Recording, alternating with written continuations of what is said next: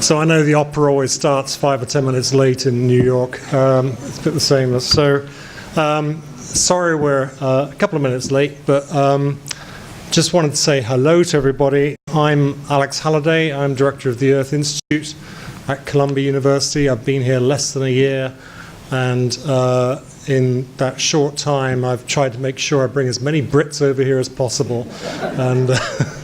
And so like last night, Nick arrived late, arrived at our place at about 11 o'clock at night, and then we had to stay up till midnight talking about some strange dystopian future that we're all headed towards.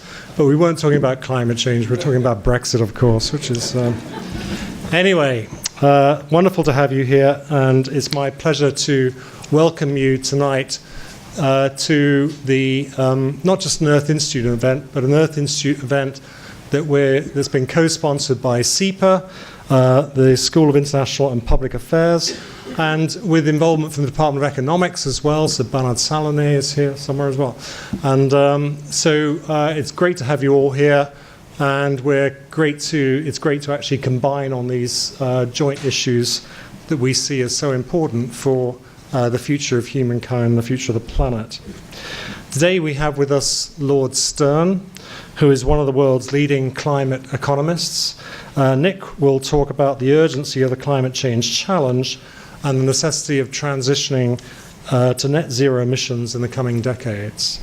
He will explore some of the key policies and actions that we can take to get there, and show the great opportunities offered by this transition for inclusive and attractive economic growth. Following Nick's talk, he will be joined on stage by Dean Merritt Jano, as well as Joe Stiglitz, who's on his way here right now, from the Department of Economics, and Scott Barrett from SEPA. We're going to have a panel discussion on touching on some of these important topics.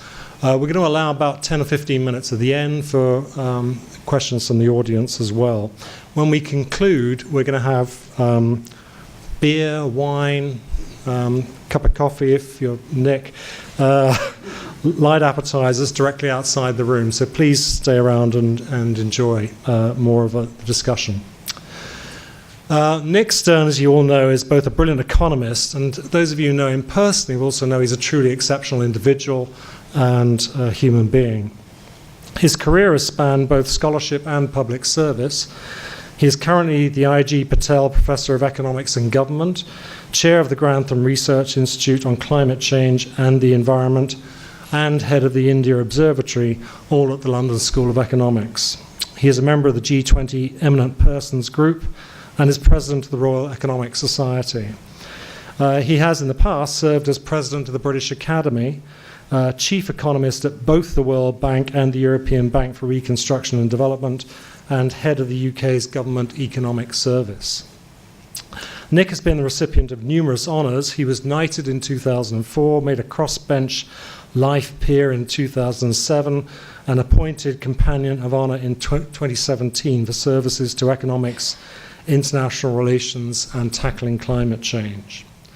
Nick's research and publications have focused on the economics of climate change, on economic development and growth, economic theory, tax reform, public policy, and the role of the state and economies in transition. He has published more than 15 books and 100 articles. Nick served as a member of the high-level advisory group on climate finance, established by the UN Secretary-General, and as co-chair for the Global Commission on the Economy and Climate Change, the Calderon Commission, and since 2016 he has co-chaired the Stern-Stiglitz Commission on Carbon Pricing. His work on the economics of climate change has been deeply impactful and important around the world. His landmark Stern Review on the Economics of Climate Change, which I'm sure most of you are familiar with, has become one of the most influential reports on climate change ever produced since its release in 2006. The massive report was the first of its kind to quantify the costs to address climate change and its impact on the global economy versus what would happen if the world continued emitting carbon pollution unchecked. But perhaps more importantly, the Stern Report has been critically important in helping to reframe climate change as an economic issue, not just a scientific one. And since its release, we've seen a major shift in the research community towards interdisciplinary collaborations that bring together experts in the physical sciences, climate impacts and adaptation, and greenhouse gas mitigation, rather like we try to do here at Columbia in the Earth Institute. Nick has and continues to be a champion of climate change, economics, and bridging the divide between science, economics, and policy. So without further ado, I'm delighted to invite Nick to the podium. Please join me in welcoming him.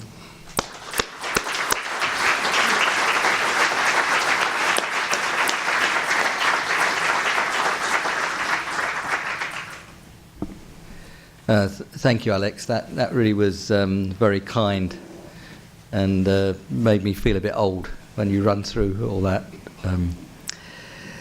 So those of you, a few of you here, heard me earlier this afternoon on the economy of an Indian village, one which I've been studying for 45 years and where we have data going back to the 1950s. It was micro, and what I'm going to do here is really at the opposite end of the spectrum. It's going to be about life on the planet, but it is going to be something that ranges across the whole waterfront. So I'm going to tell a very big story. It will be broad brush in important elements. I think the details of those bits are something we should discuss and we can dive down into. But I'm going to tell a big story. It's a story about the urgency of change. It's a story about the attractions of change and why we have to move so quickly and what's involved in carrying through that change. So it's going to be a big story and it's going to be broad brush. But that's the nature of the problem. We have to have the big picture and then we have to work very hard on the details. And many people in the room are actually working hard on the details, but I want to put that big story together. I'll tell it in a way that's actually quite optimistic about what we can do. And I am optimistic about what we can do. I'm deeply worried about whether we will do and the consequences of not doing. But please don't mistake optimism about what we can do for optimism about what will happen. Change of the speed and kind I'm going to describe doesn't come easy. It needs political will. Political will is a renewable resource, and it's a resource that can be constructed, a resource that can be destroyed. So let's perhaps talk a bit about towards the end, about whether this could happen. But you can't discuss the whether unless you have a picture of what you're talking about. It's logically prior to show what you can do before asking people, suggesting to people that that's what they should do. So that's where I'm going to tell it, but the political difficulties are going to show as we go along. I'm going to have to go fast because I haven't got more than 40 minutes and I've taken a few of those already, but here's the pattern of what I want to say. The urgency and scale are very poorly understood, so it's vital to begin by emphasizing that. I'll describe what's involved. I'll then show something as to a bit more detail about the kinds of capital that are involved. This is a story that involves physical capital, human capital, natural capital, and social capital, so I'll say a bit about that. And then I'll finish with actually the action story. How could you get the kind of change which I'm describing? How could it happen? How would sectors, countries change, and what are the policies and finances that are at question? I will argue that there's a huge set of wonderful investment opportunities out there, but only good policy and institutions can turn those possibilities into real projects and programs. That there's a lot of savings out there, indeed the world's awash with savings, but the challenge is getting the right kind of finance to the right place and the right scale at the right time. So that is in large measure the policy story in a very general way.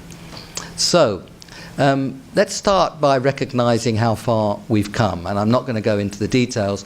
I hope that these slides are public property, so anybody, I'll leave them. I mean, they're here, so anybody who wants them perhaps could ask the Earth Institute or SEPA for them. So I haven't got time to go into any of the details. But really, the last 70 years have been quite remarkable. Income per capita has gone up by a factor of 4 since 1950 to now. The figures here are a bit shorter than that, but basically income per capita has gone up by a factor of 4, and population's gone up by a factor of 3, for the very positive reason that people aren't dying so young. So output in 70 years has gone up by a factor of around 12. It's been largely fossil fueled, so we really are the first generation that has put really intense pressure on the planet. So if output goes up by a factor of 12, it's largely fossil fueled. The pressure on the planet is enormous, but we should recognize that in large measure this has been an outcome of a rather positive story. For much of that story, the last 30 years or so, you've seen strong growth in developing countries, emerging market countries, which has been very important as well. And that story came from replacing an uncollaborative world, which we saw up to and between the wars, with a much more collaborative world that we created after the war. After the war, with the United Nations and the Bretton Woods institutions, the Universal Declaration of Human Rights, the beginnings of the European Union, and so on. And that collaborative world generated a quite phenomenal change in terms of income per capita, in terms of life expectancy, but that in turn brought the great pressures on the planet which we now see. So it's very important to recognize both the scale of the issue here, but also that it came from success, and that success came from collaboration. Then in 2015-16 we had a remarkable outbreak of international agreement. Now that didn't come out of nowhere, it was built over time. But you had the Sustainable Development Goals agreed in the UN here in September of that year, and you had the Paris Agreement on climate change. And that went on into 2016. It won't have escaped your notice that there was an election in the United States towards the end of 2016, which put a different complexion on some aspects of this story. But we should also recognise that the last 4 or 5, that the United States and we had Brexit vote in the UK too. I should take my handkerchief out and weep at this stage. But we're doing our best to stop it. I don't think we'll succeed, but we'll try.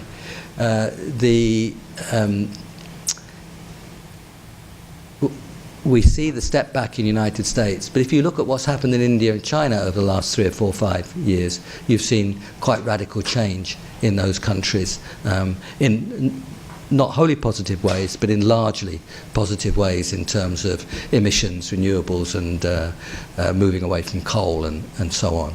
So whilst, of course, this outbreak of internationalism had a major blow with the election in this country, we should not underestimate what's happening around the world, and we are seeing real change.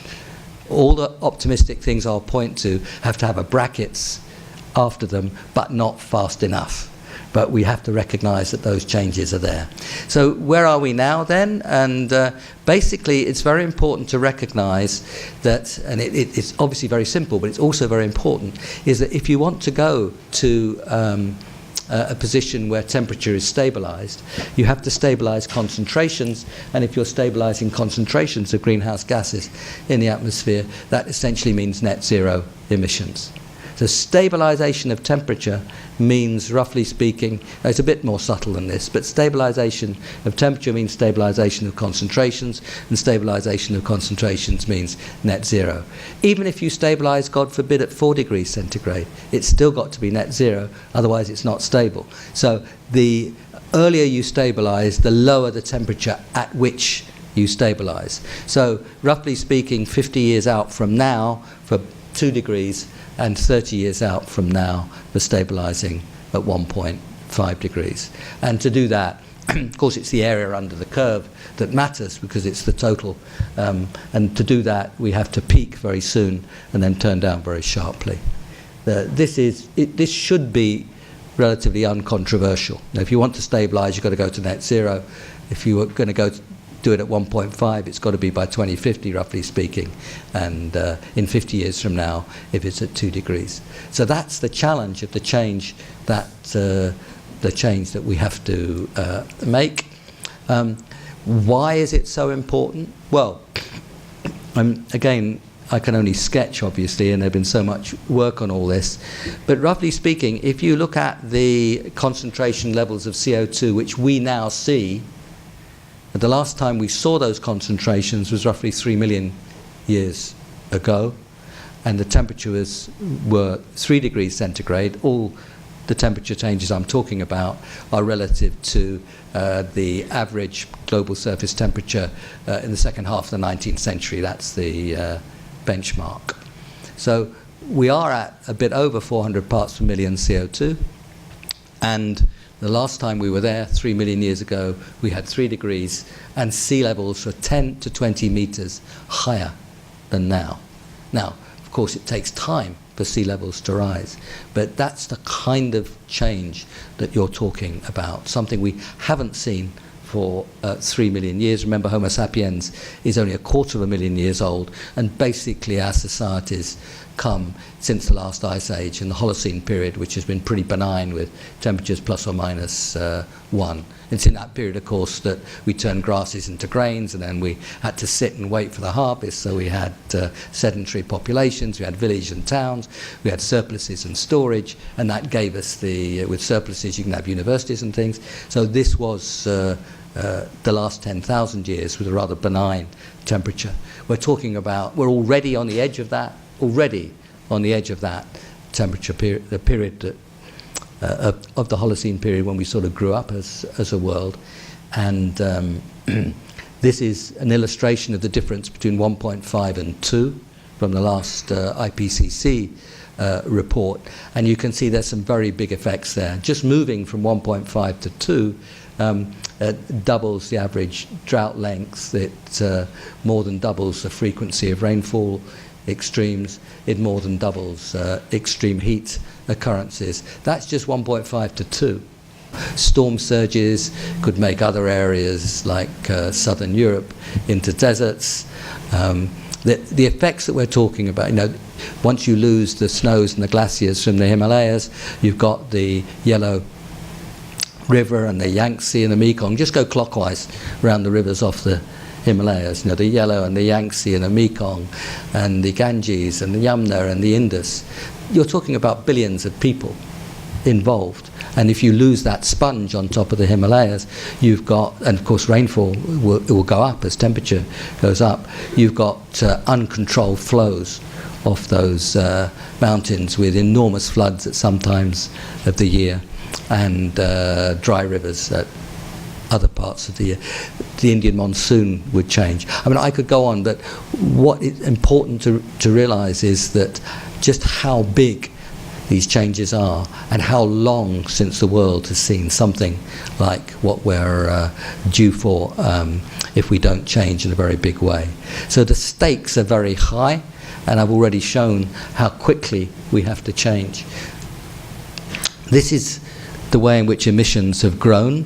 You can see that that rate of change is slowing down, and it's close to plateauing. It'd be nice to think we've plateaued and we're about to turn down, but actually this is a plateau with bumps, and we've seen upward bumps in that plateau in the last couple of years. It's very important that we turn down, and of course the biggest part of that story is China. You can see that's the bottom grey part of the emissions increases here. Coal plateaued in China probably about 2014, but there's some signs actually of a tick up in the last couple of years. So what happens in China is the most important, but of course it's much more than that. So this is a story of a rise that we have to stop, peak, come down if we're to have any chance of staying below 2 degrees. And that peak has to happen very quickly. Some of us are working on China's 14th five-year plan, 2021 to 2025. That is arguably the most important economic event in the coming years, coupled, of course, with the Belt and Road initiative. But India, of course, emissions are still growing, much below China, but income per capita much below China. But the growth in emissions in India will be strong. That's why it's so important that India has started to change. Last year they auctioned power supply, and renewables won the lot. So India is really changing. And I remember, every time I make something positive, I don't want to do it all the time, could you put in brackets, but not fast enough? Yeah. So this is the story. Infrastructure will double in less than 20 years. The world economy will double in about 20 years. It's got 3.1% or so growth rate. The population in towns will probably double in 35 or 40 years. This next, and of course the towns themselves will be shaped in the next 20 years. These next 2 decades are absolutely decisive, because in those 2 decades, to stay well below 2 degrees, and I've already argued why we need to stay below 2 degrees, the emissions in those 20 years have to be cut by 40%. Double the world economy, cut emissions by 40% in the next 2 decades. If the new economy we put side by side with the old one had 0 emissions, that's clearly not enough, right? Because that would just hold emissions constant. You've got to cut them by 40 degrees. So that is a measure of the scale of change. Now, all I've said here is that imagine a 3.1% growth rate for 20 years. That's quite likely. That doubles. That's just arithmetic. The cutting by 40% in 20 years is what we need to do to stay below 2 degrees from the science. So those bits of numbers, double in 20 years, cut emissions by 40% in 20 years, it's very hard to quarrel with that, because it's so simple, the argument.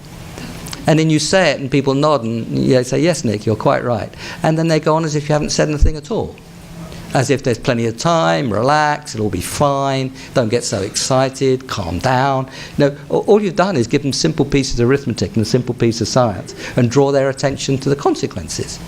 But that's the kind of thing we have to understand much better. So these next 2 decades are absolutely critical. In some ways it's a privilege to be part of this process, but it's also a bit worrying, what happens if we get it wrong? And of course we well might. So what about this story? So let me now start being a bit more cheerful. I've said how fast it is and how much it matters, difficult it is.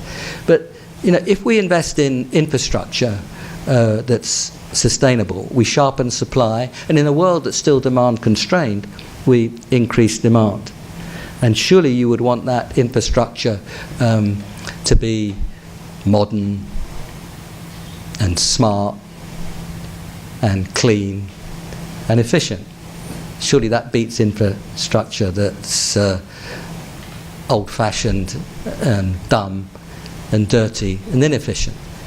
So in this country there has been some positive talk about the importance of infrastructure, but if it satisfies those criteria, this is a very important part of this story. We're already seeing a Schumpeterian process of innovation and discovery that's quite remarkable. I mean, who would have thought that a dozen years ago that in the next dozen years you'd see renewable costs come down by a factor of 10?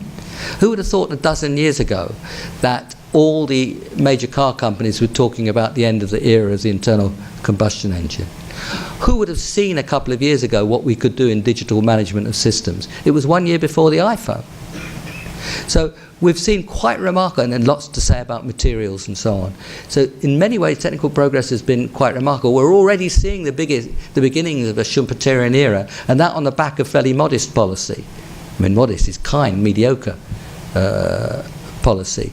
So you can see that there's momentum there that could be accelerated, and I've emphasized just how fast we have to do that. But this is a Schumpeterian story of discovery, innovation, investment and growth. And in the long run there is no high carbon growth story. It creates an environment so hostile that it self-destructs. So this is the growth story in the short run and the medium run and the longer run. And it's the growth story. The definite article is important there. There isn't really a high carbon alternative.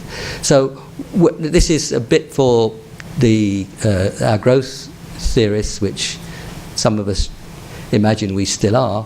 But essentially, if you look back, we have a discussion of growth around physical capital, human capital, and the technologies by which those are combined. That's, broadly speaking, our aggregate growth story. What we're going to need now is much more about natural capital and much more about social capital, and those four together will determine stories of sustainability.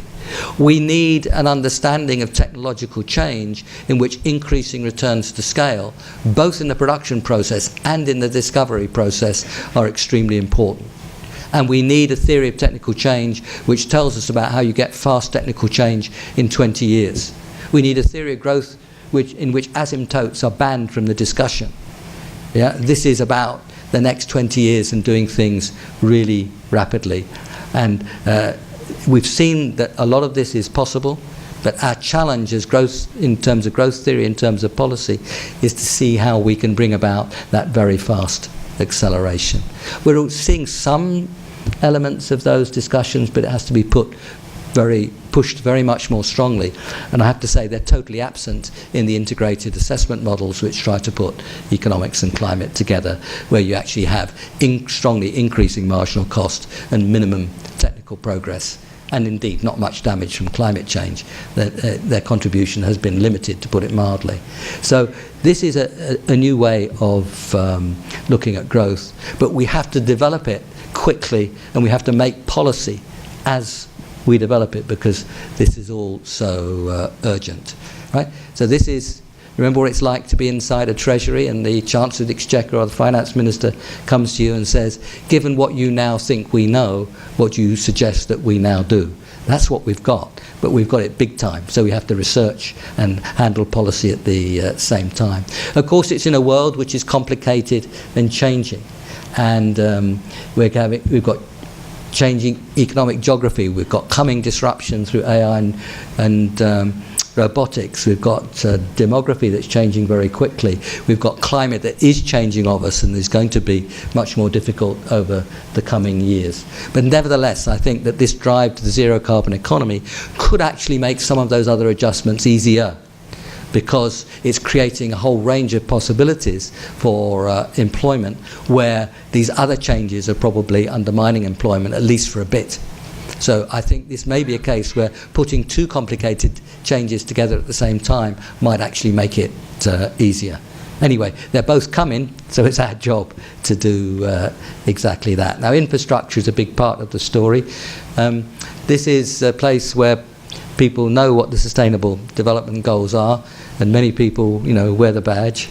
And but what I wanted to do here, and I obviously can't go into the details, is that to emphasise that this story of the zero carbon drive to the zero carbon economy is a story in which sustainable infrastructure is at centre stage, and sustainable infrastructure is at centre stage for the Sustainable Development Goals. So what I'm underlining here is the drive to the zero carbon economy and the story of the achievement of Sustainable Development Goals are part and parcel of the same thing. We have to put them together, and as we put them together, sustainable infrastructure is at centre stage. Let me move fairly quickly here. Sustainability, well, sustainability has a definition. It's offering to the next generation opportunities at least as good as the ones we had, assuming that the next generation behaves in a similar way to those that follow. What do their opportunities depend on? Their opportunities depend on the assets which they inherit from the previous generation. What are those assets? Well, we can think of them in terms of capital and natural, physical, human and social capital. And what we've drifted into is a story of investment and growth which emphasises physical capital and human capital, but we've actually built our physical capital in the past in a way which destroys natural capital, and in a way which actually, through the emissions and toxicity and so on, starts to undermine human capital. And we've managed change in a way that undermines social capital. So if you're talking about sustainable development, you've really got now to have theories of growth and development which put these four at centre stage and, of course, take very careful account of the interactions between them. Let me, as I say, in order not to breach my time limit, I'm going to go fast here, but we kill now about 9 million people a year from air pollution. In the UK, my own country, about 60,000 a year. 60,000 a year in the UK. We kill about 1,700 from road accidents. So just under 2,000 from road accidents, around 60,000 from air pollution. If road accidents in the UK went up by a factor of 10, let alone a factor of 30-something, you'd have a demand for instant action, because air pollution kills you slowly, and that means that the sort of the intensity of the impact that it should have isn't always there. But this is a very big part of the story, and of course a lot of the air pollution, not all of it, but a lot of the air pollution comes from burning fossil fuels. The precariousness of the oceans, I don't have to emphasize to this group, but we're starting to get into our natural infrastructure damages which could lead to quite profound tipping points, which could lead to accelerated change. Oh, this is a little bit fun of human capital, but looking at the retail sector and asking about how changes in technology and changes in the method of work and changes in the education necessary interact. But at a university, I don't have to bang on about the importance of human capital. Social capital is really about the ties within society that give cooperation and trust. And I'll come back to the process of change, because what we've done in the rich countries is badly mismanaged change. We have seen over these last 40 or 50 years a process of movement away from manufacturing towards services. That's a good thing. That's a story of how preferences change as income rises. My parents, and probably the parents of many of you here, they didn't go out to eat. They didn't go abroad for holidays. What happens when your incomes go up? You buy more services, and that's the way in which our preferences change. We've seen labour-saving technical progress. I mean, I gave the example earlier of retail. That's got nothing to do with globalisation. That's technological change in the way in which retail takes place. Then you've got globalisation, international division of labour. So you've got three long-run processes which involve dislocation of places which were focused on manufacturing. Then on top of that, you hit them with a global financial crisis. Are you puzzled if people are angry in certain places?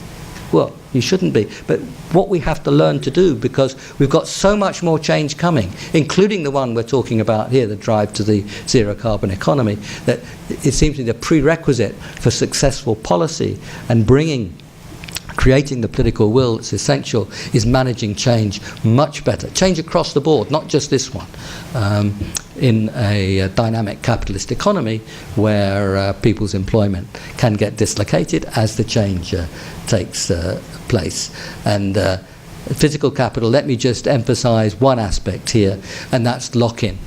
The longer you leave it, the harder it gets, because if you lock in polluting capital, it's very hard to retire it early.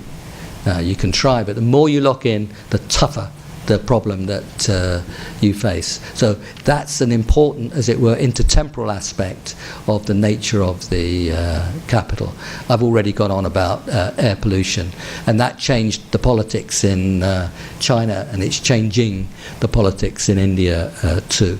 I'm not welcoming air pollution, I'm just noting that it actually changes the nature of the debate. And you can always tackle one problem at a time, or if you've got ways of tackling 2 or 3 problems at a time, you're probably going to do better. So here's the story of that I mentioned already. I won't dwell on it, but it's quite remarkable. And with solar, the driving down of the cost has been largely sort of quite boring economies of scale and learning by doing. Not great technological change yet, but that's probably coming. So we should expect this story to go on.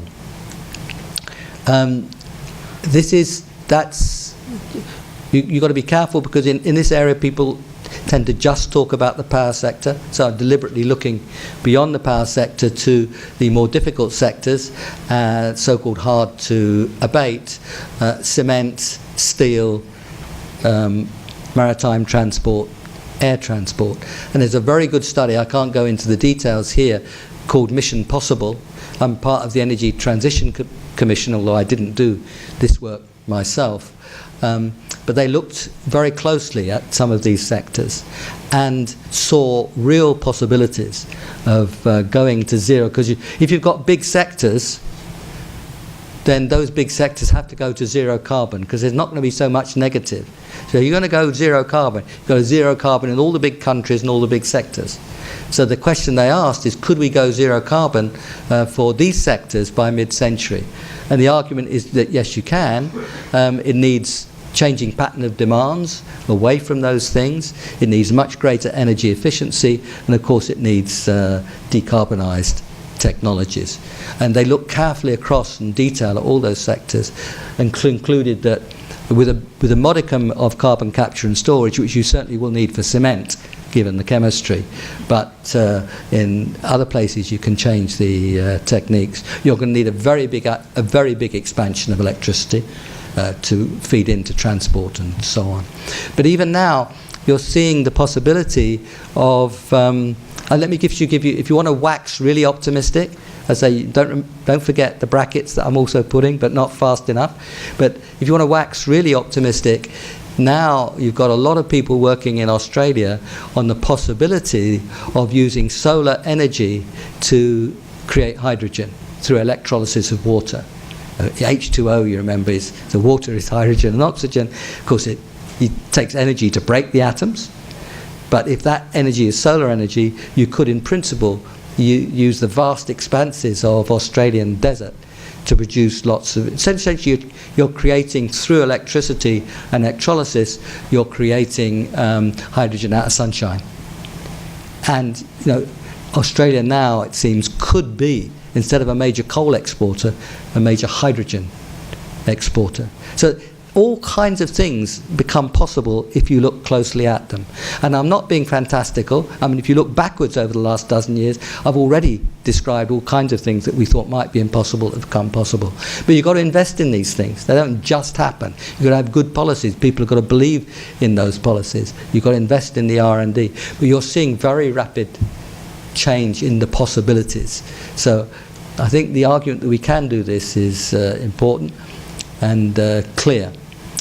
The cities, of course, 75% of output, 75% of emissions, this story is going to play through largely in the cities. So how we handle them, how we manage them, how we manage congestion. Cities where you can move and breathe sounds like a good idea, even if you've never heard of climate change. They're in our hands, actually, if we want to do it right. But of course it takes decisions and commitment to make that happen. A big part of this story is the intertwining of mitigation, adaptation and development. And public transport in cities is all of development, mitigation,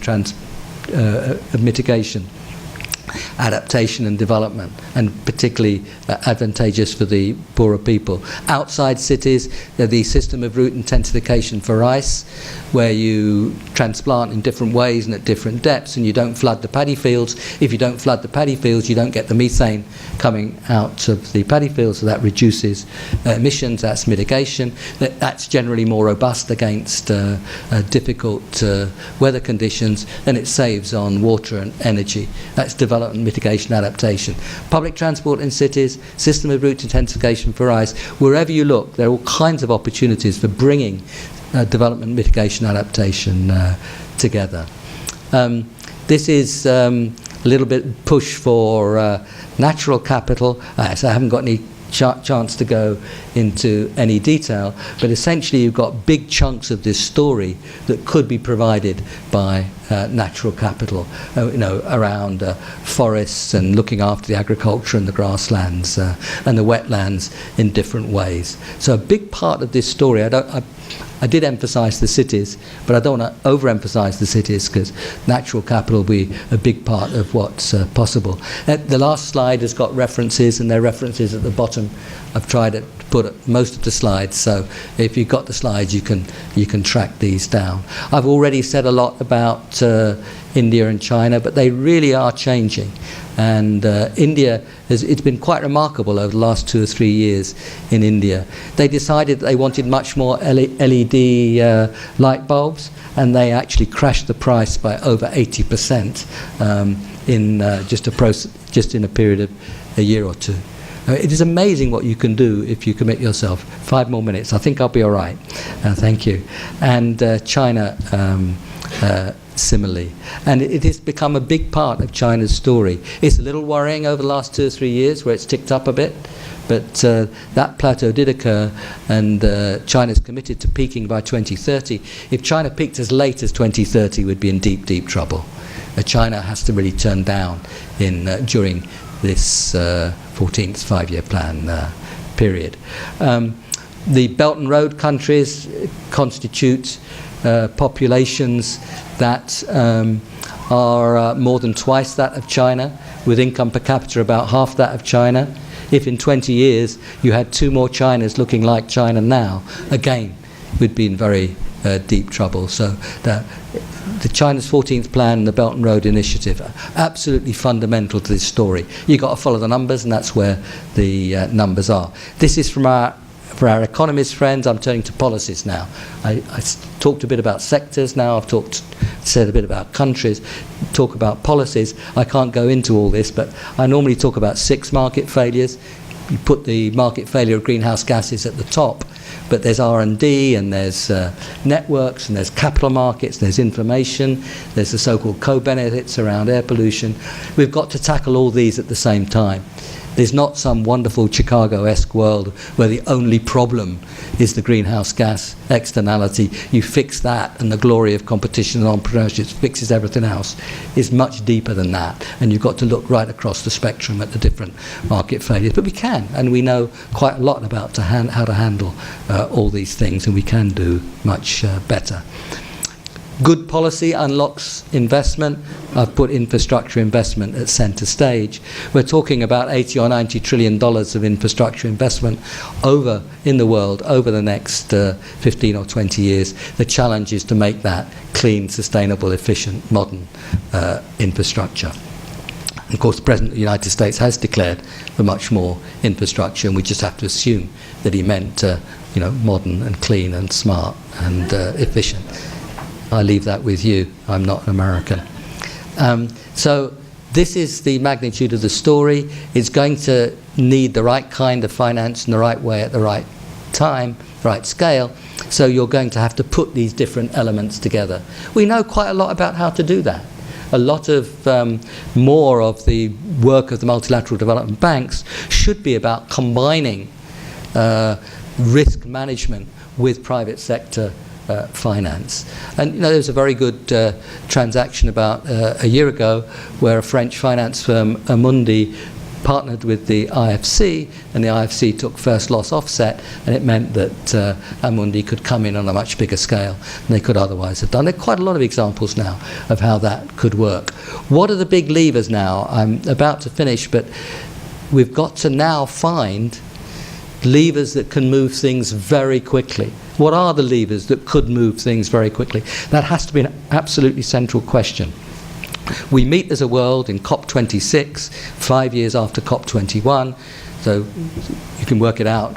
COP21 was in 2015, COP26 is next year, and that's the point at which the world agreed that we need to ramp up our ambitions. We declared for well below 2 degrees in 2015. We did not produce emissions plans that were consistent with that. There was honesty about that, so we come back in 5 years and see how we can revise those plans. I've said if we're talking about the criticality of the next 2 decades, well, the decisions over the next 2 decades are going to be taken in the next few years, and particularly around COP26 next year. If you vote the right way, it will be in London, but that's still to be decided. The Italians have other ideas, but their arguments are not convincing. So But what are the big things that could make a difference? Well, no, I can't go through all the examples here, but just let me give you one or two. Now young people do defined contributions for their pensions. We older people had defined benefits, so we just got a fraction of the ultimate salary. We were lucky in that respect. But defined contribution schemes, when you build up a pension pot, and it's long-standing in the United States anyway. So companies have default options. Well, HSBC has a default option for its 250,000 employees for a future fund, a responsible fund. So most people, we know from behavioural economics and common sense observation, that most people take the default option. Well, that could start to transform where things go. The Task Force on Climate-Related Financial Disclosure, chaired by Mike Bloomberg, established at the request of the Financial Stability Board when Mark Carney was chair, set out ways in which you could look at that firms would have to give you, big financial firms would have to give you information on where they were putting their money. So you could tell whether they were doing the risky stuff, in other words, 19th century technologies, or the less risky stuff, which is more modern technologies. So those are the kinds of levers in the finance side that would be very important. If all countries declared for zero carbon electricity by 2040, it's perfectly feasible. If you're going to go net zero anywhere near 2050, you'd better have close to zero carbon electricity by 2040. Again, that's something that's feasible. I mean, the Reliance company has said in India, not Reliance, Mahindra have said that they're going to go net zero as a firm by 2040. So we really could do, if we said that you can't have internal combustion engine cars in cities after, say, 2025. It's entirely enforceable, and it would make a very big difference to how fast everything happened. There are policies which could produce remarkable change and attractive change, but they're tough and they're ambitious, and you have to make up your mind to do it. This I promised to say something about the mismanagement of change. Well, we know lots of things we can do about how to manage change much better. We can educate people for lifelong learning. We can support local skills when dislocation happens, including with finance. You can relocate public sector activities. In the UK, you don't get everything wrong in the UK. We get many things wrong, but not everything. And we moved the Social Security Administration from London to Newcastle. So we took jobs to people. In some cases you can help people move if they're going to move. There's so much you can do, and of course you want a safety net as well, but I prefer to start with all the things that create opportunities that empower people rather than the safety net. But if we don't learn to manage change much better, the kind of reaction we've seen in the Brexit vote, in the Gilets jaunes, I say nothing about votes in the United States, we have to get much better at managing change. I think that if we go about the zero carbon economy with that spirit, will actually help solve some of the other problems that are coming. So these are results from the Unlocking the Inclusive Growth Story of the 21st Century from the New Climate Economy. I leave you to look at that, but they reflect the kinds of advantages in employment, in revenue from carbon taxation, in avoiding premature deaths, and in growth itself. So we did little models to illustrate that. I think actually they were under-ambitious, the models, in terms of what can be done. So let me finish here. Can it be done? It's a coin a phrase. Yes, we can. But we have to recognise that we've got a period with very low interest rates, very rapid technological change, and a foundation in international agreement. It's not that we start with a clean sheet. We start with quite a lot of positives. But ultimately, it needs leadership and pressure and understanding and so on. So I'm enormously let me end as I began. I'm enormously optimistic about what we could do. And it would be a much more attractive way of more inclusive, sustainable cities where you can move and breathe and so on. Ecosystems which are robust and fruitful, a much more attractive way of growing. We really can do it, and we can see how we can do it. We can see the technologies coming. We can see the policies. But as I said, that doesn't necessarily make me an optimist, because the challenge is, will we? But it's logically prior to show it can be done. Otherwise, how could you persuade people that it should be done? Thank you. I'm Merit Jano, Dean of SEPA, and it's my privilege to moderate this discussion before we open it up for conversation and comments from the audience. We have enormous expertise in the room, and of course, it's my great privilege to welcome Professor Stiglitz and Barrett to join this conversation. They need little introduction. Suffice it to say, Professor Stiglitz is a university professor on our faculty at SEPA and the economics department at the business school. He's made extraordinary contributions to economics, recognized in 2001 with the Nobel Prize for his work on asymmetrical information and markets, but he's also been a leader in public policy, serving at the World Bank and the Council of Economic Advisors, and done incredibly important work on climate. So very glad you're able to be with us, Joe. And Professor Barrett is Vice Dean here at SEPA, an economist as well, who does work on transnational and global challenges from climate change to disease eradication. So I think, we have, I'd really like to hear from them in reaction to your very comprehensive.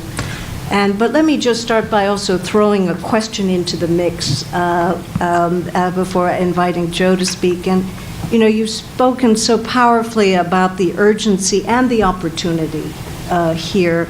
And I remember after the Paris Accord, we were sitting around speculating on what got us over the finish line.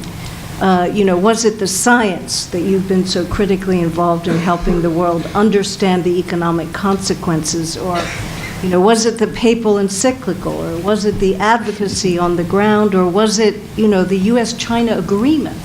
What were the factors that really motivated being able to reach that framework? And I guess I just ask now as we open up this discussion and invite Professor Stiglitz, because he's been working, both on the economics and on the advocacy, what role governments, because your emphasis here was so much on innovation, actions within nations, opportunities for financial markets, but very little emphasis on transnational cooperation for obvious reasons. So where do we get the momentum? Is it going to be within countries or across countries? That's just something I'd like us to add to our conversation. But let me invite Professor Stiglitz for his observations and comments. So let me begin by, it was a wonderful lecture setting out particularly the urgency, the numbers between 1.5 degrees and 2 degrees, and the consequences of not taking action. And there are two things that I want to suggest that in the United States may be reflecting that urgency. One is the Green New Deal. And the Green New Deal is the people who are supporting it are reflecting that there is a problem of the urgency that you've described that requires a mobilization. The vocabulary that they're actually talking about a wartime mobilization. So they've put together the kind of mobilization that we had to do to respond to the Great Depression, but also the mobilization even greater to World War II. And so what they're saying is very strongly that this is something that is going to require that scale of response. Now, one of the issues, one of the criticisms that's been leveled is, where are the resources going to come from? Can we afford it? And I think one of the things that Nick said is what I feel. If you look around the world at this moment, there's a lot of discussion, it has been for the last 15 years, of a savings glut. There's too much capital, and that's depressing our economy. There's a lot of anxiety about global unemployment and insufficiency of aggregate demand, and heightened by worries about what AI is going to do and robotization. So in many ways, I think the point that Nick made, that realizing that we can solve two problems at one time, the problem of unemployment and disguised unemployment, and the problem of greening our economy and our society. Actually, the advocates of the Green New Deal make a third point, which is, if we're going to go through that kind of societal transformation, we ought to do a lot of other things, some other things that we ought to do. So that's why they packaged this together with some other things. And some of those are very complementary. So in the United States right now, we don't have that much unemployment. We have some disguised unemployment. But among white, college-educated people, there isn't very much unemployment. But they've also observed that we aren't using, the United States female labor force participation rate is very low compared to other countries. We used to be one of the better performing. There are lots of other societal changes that would facilitate broader participation. We have a problem of employment among elderly, and not at the university, but elsewhere in our society. And the question is, can we develop labor markets that enable both more women and more older people to participate, and it would be better for them and better for our economy. So that's part of the motivation of the Green New Deal, and the view that we actually do have a lot of resources globally that we could deploy to that. There probably will have to be some redeployment. You know, some of the resources that are spent on weapons that don't work against enemies that don't exist could be redeployed in the war on climate change. So I think there is, you know, and I think the defense contractors don't really care what war they're fighting. All they want is money, and we can have them fight a constructive war rather than a destructive war. So I think it is actually not even politically going to be that hard to do that. I want to mention just two other things before, because one of them is that there is a real, you know, one aspect of urgency is this intertemporal distribution effect, that the full impact won't, you know, I won't be experiencing the full impact of this, but the students here will, and so we have to be conscious of the fact that while our generation has polluted, the consequences of that pollution are going to be felt by the coming generations. And that's where I think it's so interesting that, I don't know if all of you know about the children suit. There is a suit by 21 children, including one of the students from Columbia, against the administration. And I and some other, Jim Hanks, and some people at Columbia are the experts on that suit, arguing on the side of the children.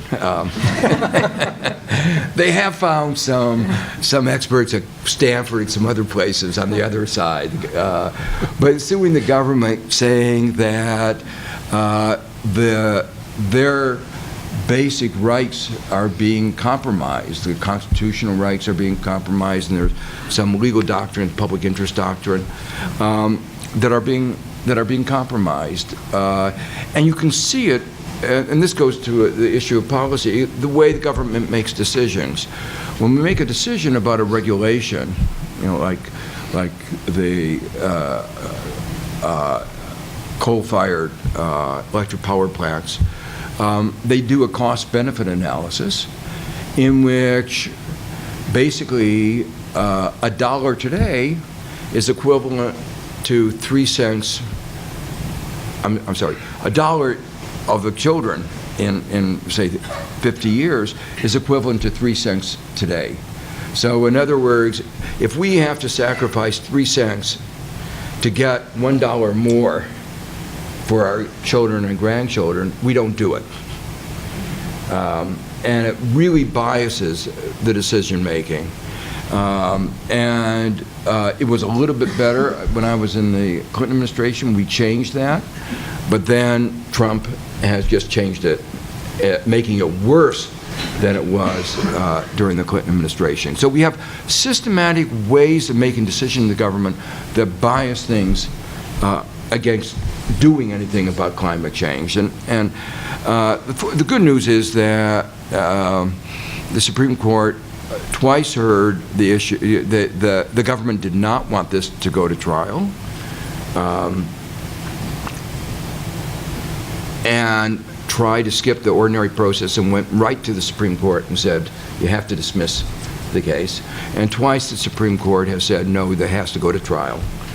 And it's now in an appellate court. But I'm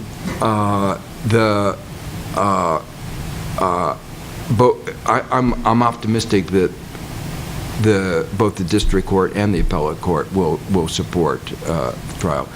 One of the interesting things in this process is the government has had, in this suit and several others, the government has had to admit that climate change is real, that it's man-made. So all the factual issues, even though Trump doesn't know this, his government has already admitted all the factual bases that we're talking about. They just have the view that they don't have any responsibility for doing anything about it. So the suits are a way of bringing this, of doing something. Maybe the final thing I wanted to mention is this notion that there's a lot of long-term money, and these green investments are long-term, and there's certain urgencies. And the problem is that between the long-term opportunities of investment and the long-term sources of finance sit our short-term financial markets. And one of the that's why the multilateral development banks play an important role in trying to intermediate between the two. But there are also other legal changes that can help move things along, and this is another aspect of trying to bring about these changes. And Nick talked about some of the legal changes about going on now, of what they're about, what disclosures companies have to make in terms of their exposure to carbon risk, and just making it clear what those exposure to carbon risk. Hopefully, that information will help affect behavior. But a second aspect of it is fiduciary standards. A lot of the money is coming from people who are investing on behalf of others. Labor unions, and in the past, it's part of our peculiar legal structure is that if you pay attention to anything other than short-term returns, you're violating your fiduciary responsibility. And I think that legal standard is actually a violation of fiduciary responsibility. So there is a movement to change our legal framework to say, look, you have a fiduciary responsibility to think about the future. And as the investor of this money, you really do need to look over the long run, and therefore you have to worry about carbon risk. So these are some of the little things, but I think to go back to your question, Merritt, I think the only way things are going to change is through a comprehensive movement across the board. And the good news is, I think younger people are aware because they're going to be facing it, and they are making the strongest case for change. Thank you very, very much. Let me invite Scott Barrett to offer his thoughts. Thank you very much. So I want to make 2 points. The first is about Nick's emphasis on scale and urgency. He has a figure which you saw where there are some lines going up and there are some going down. The ones that are going up are the growth in emissions. There's actually an historical part of this that goes back to the broader growth picture, involving capital accumulation, use of fossil fuels, the Industrial Revolution, basically, and population growth. And the projection going forward is based on some conceptualization of business as usual and some prediction of what Paris might do to dampen down that increase. But as Nick emphasized, it is impossible to stabilize the climate as long as emissions are rising. That's why the downward part is so critical. The only way you can do that is if you bring net emissions to zero. The difficulty of bringing net emissions to zero is also about this capital story that Nick is telling, because you've got, on the constraint side, you've got an increase in CO2 in the atmosphere. That's a capital stock. You've got an increase in physical capital that's driving industrialization that is subject to, much of it at least, to the lock-in that you warned us about. And you have the other capital stock, which is fossil fuel in the ground. And unfortunately, we have too much fossil fuel and it's too cheap to extract. And that's one reason why we've been pursuing this upward sloping curve. So we have to do something that is completely without precedent, which is to reverse a trend over centuries. And we, as Nick said, we have very little time to do it. You know, it doesn't even matter, as also Nick said, it doesn't really matter what your favorite stabilization level is, if it's 1.5 or 350 parts per million, or if it's 2 or 3 or 4, it doesn't make a difference. You still have to do the same thing. You have to bring net emissions to zero. And because so much of CO2 will just stay in the atmosphere, you essentially have to bring emissions to zero unless you do something to take CO2 out of the atmosphere. And we should all take some note of the fact that the IPCC projections for 1.5 degrees find that it's not possible unless we take some CO2 out of the atmosphere. So in a sense, we've already entered a kind of a dangerous territory. So that's the scale effect, and I think we need to be very aware of the challenge in front of us. The other thing I wanted to discuss is this, how Nick's introduced with this idea of what we can do and what we will do. So the optimist, which I think is pretty much Nick, at the heart of Nick's story, and then there's the pessimist. I would put the phrasing a little different. So instead of just can, which I think he means a kind of it's technically possible, we can do it, literally. I would turn that around to what we should do, which is more in spirit of your Stern review. And I agree entirely that we need to pull out all the stops and perform this transformation that, you know, as Joe said, is analogous to mobilization for war.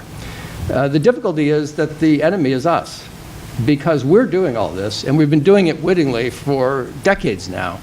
Actually, I looked in the notes before coming here. When Nick's Stern review came out, the concentration level in the atmosphere was 382 parts per million. Today it's about 409, 410. When his report came out, emissions were 30.5 gigatons. Today, or last year, they were 37. So we're going completely in the wrong direction. And bearing in mind that the CO2 we put in the atmosphere, much of it is going to stay there, this is not a problem you can easily reverse out of. Now, on the can and will, what I want to emphasize is not only that what we can do is also what we should do, but also I'd rather not focus on what we will do, because that involves a prediction. I'd put it a little differently, which is to ask what we can do, take into account the constraints that explain why we haven't done more in the last 30 years when we knew all along that we should have done more.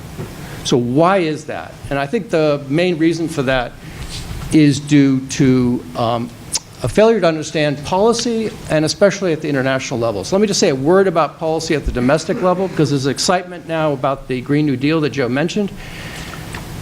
And I share that excitement, but my excitement's tempered a little bit by my experience, which I've been involved in this for a very long time. And we've had excitement before, and we've gotten close. I think the Waxman-Markey bill got very close. It passed the House. It was very ambitious. It nearly went to the Senate, and then it just evaporated. So I think we need to have some introspection as to why that effort failed, because it had a lot of the attributes you'd want about scale and urgency, but we weren't able to pass it politically. The other dimension is the international dimension. And the first paragraph of Waxman-Markey, which is a bill that lasts over 1,400 pages, the first paragraph is actually not about the United States and what the U.S. will do. It's about China and India, and how what the U.S. will do depends on what China and India are doing, and also where there's basically the threat implicit in that paragraph that there'll be trade measures imposed upon other countries. Well, that's unilateralism, trying to circumvent the multilateral system of negotiation. It's a very strange way to proceed. But I do feel that this tells us a story, which is very important, which is that there is this colossal collective action aspect to this problem, and that each country, I think, is willing to act, but only if given some assurance that others are going to act, and if the sum total of everyone's actions actually address the problem. And I think up to this point, we've not had that set of expectations, and I think that's the thing that's holding us back the most. So I would emphasize not so much what we will do, because I think the future is for us to shape. It's not predetermined. We get to determine what it is. I think our students here will play an important role in that. We can bring about an outcome that will be better, but if we're going to do that, I think we have to take a different approach than we have in the past, partly to domestic policy, but most importantly for international policy. Thanks. Thank you very much. Wonderful remarks. I think we have just about 10, 15 minutes. So with your agreement, I'll open it up to get a few comments from the floor and then have some further reactions. Who would like to lead us off? Okay. I think we have microphones walking around. Okay. There was one coming to you. Yep. Hello. Hello, my name is Andrea Cristina, graduated last May. Pleasure to be here again. Thank you for having these very important conversations and allowing us to discuss with you. I'm coming to this question from the point of view of cities. And I'm sure you came from London, beautiful, historic city. Can you speak a little bit to the importance of, or to the challenges and potential opportunities to working with old structures and old infrastructure to develop cities that, especially in the context of mega cities, would not only be resilient, but also incorporate this kind of dual challenge of mitigation and adaptation? And since you're all economists, can you speak about how you think economics can help in this transition, and maybe cite an example of a time when practicing economists kind of did something that was important in helping this transition be shaped? Thank you. It's a challenge to the panel. May we have one more question, sir? Yep. I think a mic is coming to you. Thank you. Franz Baumann, New York University. Thank you all for a very interesting discussion, and all 3 points, whatever you said, I could not agree more.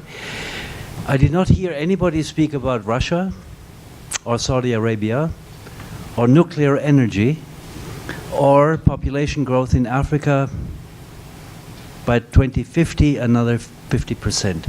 So these are huge challenges which, in my view, cloud a little bit the rather optimistic, self-fulfilling, as if we had all in hand.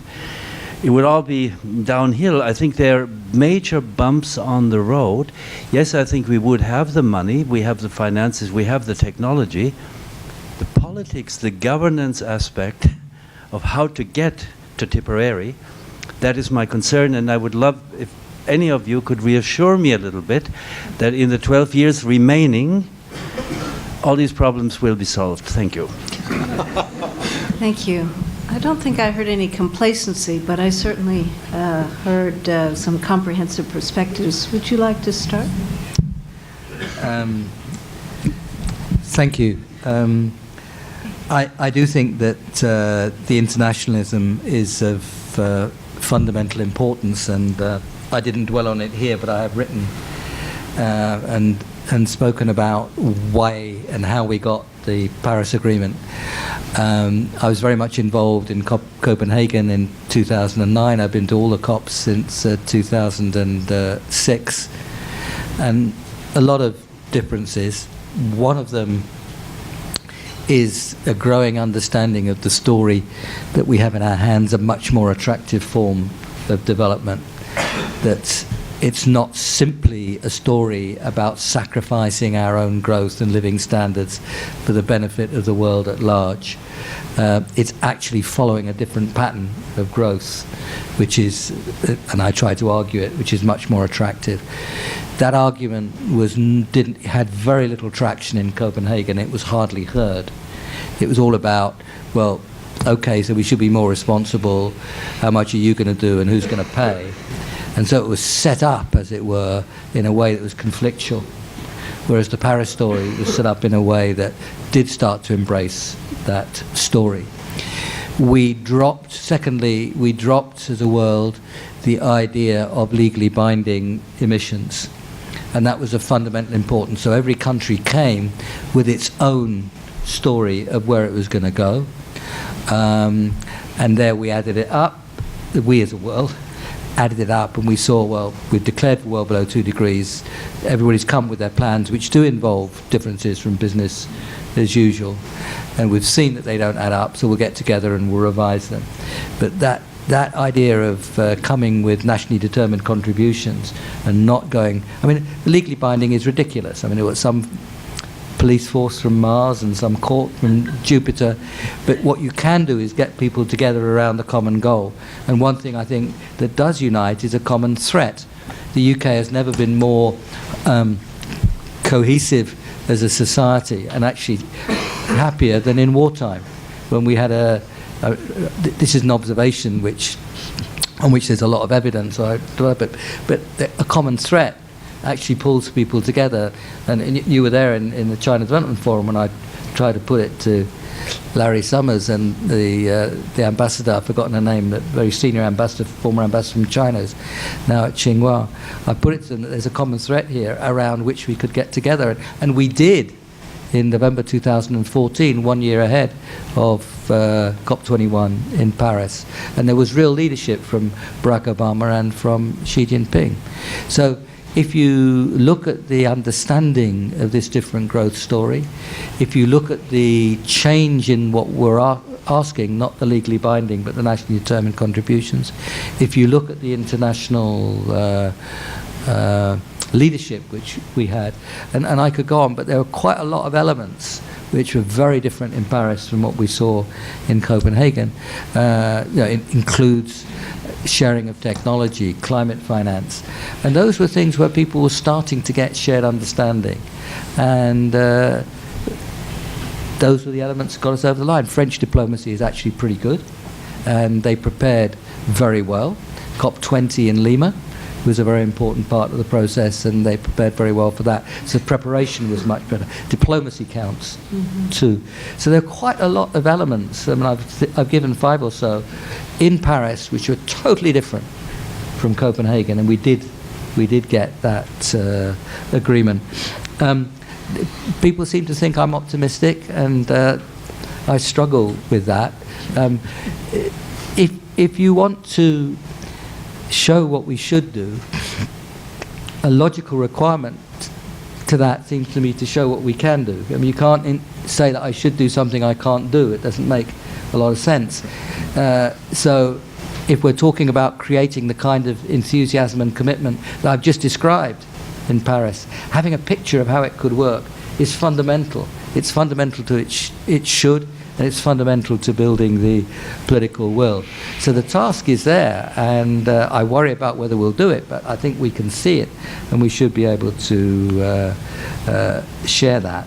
On cities, I think actually, if you look, or you're beginning to see how some European cities work with pedestrianised centres, with now prioritising bicycles and pedestrians over vehicles. The plans that we had the congestion charge in London, which was a good example of the way in which economic pricing systems could help. We're toughening that up quite a lot now. So I think there's lots that city design, technological inspiration, strong leadership in mayors, and good economics, we can really manage cities now in ways which we couldn't have dreamt of, I think, or not dreamt is too strong, but couldn't really have seen 15 years or so ago. So I think and one last thing on economics in cities is public finance. A lot of the infrastructure is going to be in cities. If you're going to fund infrastructure, it's very important to have revenue streams to fund that infrastructure. It means charging where you can. It means if your infrastructure projects improve the value of land, it means taxing the value of land in a way that can create the returns. But the combination of good policies to give you the investment and the right kind of finance in the right way at the right time requires a lot of reform of public finance of cities, but we can see how to do that too. Let me just mention one thing that hasn't been brought up in the very feel-good session, which is that there are big distributive consequences and there are big losers, namely coal companies, oil companies. And if I were to say, what is the main reason why we haven't made more progress in the United States, I think it's money in politics. I think the reason the bill, those who would be hurt by it spend a lot of money, and there's a lot of money that they will lose if we move to a green economy. So there are only basically two ways to deal with it, and one of them is to compensate them, and that's what the coal companies basically, that you basically give billions of dollars to the people who've been killing us and polluting us, and then they'll be happy. And the other one is to say they've been killing us and been bad actors for a long time, and it's time to stop killing us. So I think, and I think this is really where the change in politics has happened in the United States. I think the younger generation are saying, we're fed up, and it's, helped. You mentioned the financial crisis. I think that's helped change attitudes towards corporation. The growth of monopoly power in the United States has helped change the attitudes towards the corporations. So I think there is a moment. There may be a moment, and there may be a moment in American politics where one can deal with these with the opposition. Globally, there are also distributive consequences. Saudi Arabia is not going to be happy if the demand for oil goes to zero. They still have a lot of sun, so in principle they could produce solar energy, but they don't have, their market power in sun is not as strong as their market power in oil. And they're located not in the best place for exporting electricity. So there will be people, countries that will not want to participate unless they're in some ways forced to. And I think in the long run, we'll need a carbon tax, a cross-border tax, that and other trade penalties, and very strong penalties that are greater than just offsetting the tax. I mean, say, if you're not a good player, if you are killing us, we will take strong action, and we'll ostracize you. So it seems to me that in the long run, that may be the only way. Hopefully, I hope that Nick's approach of people getting together will work and agreeing, but there are reasons to believe that that may not work, and in that case, I think you'll have to take stronger action. I think Scott is actually in favor of that, or has certainly strong views around trade measures around climate. I don't know if you'd care to comment, and then let you conclude with your observations. Yeah, so let me just say one thing about the international dimensions of this. Nick mentioned the legally binding nature of an agreement and whether it matters. So a legally binding agreement is the norm, but the thing is, it's not a instant remedy to something, because under international law, countries can choose to join an agreement or not as they please. So just making an agreement legally binding doesn't change anything. You really need to create incentives within the agreement that makes countries want to participate, number one, want to comply, number two, and this has to be for an agreement that actually causes them to change their behavior dramatically. And getting all those three is very difficult. And that's just the challenge, I think, of our generation, is to figure this out. Now, we've tried different approaches. We tried the Kyoto Protocol. Legally binding was predicated on the ability to develop an enforcement mechanism, which never materialized. That's what caused Kyoto to sort of disappear. Paris gets around this, but it's still legally binding, but its obligations are voluntary, which means that Trump's withdrawal is purely symbolic, by the way. It's purely symbolic. So the difficulty is, well, how can you create an agreement that has some kind of enforcement capability and causes countries to participate, comply, and do a lot? Now, one possibility is to link an agreement on climate and making cooperation on something we're normally very good at, notwithstanding the news these days, which is international trade, conditioning that on cooperation on climate change. It's a provocative idea. William Nordhaus has written on this. It's not, I have to say, it's not an easy remedy for a lot of reasons. I don't want people to think that there's some easy solution to overcoming the global collective action problem. It's not quite like that.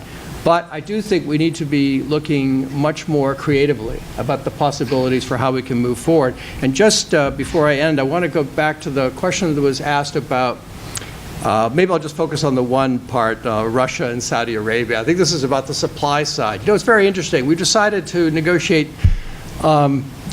beginning in 1990, focusing on the emissions that take place within a country's territory. And we make that country somehow responsible for that. That's the fossil fuels burned within a territory.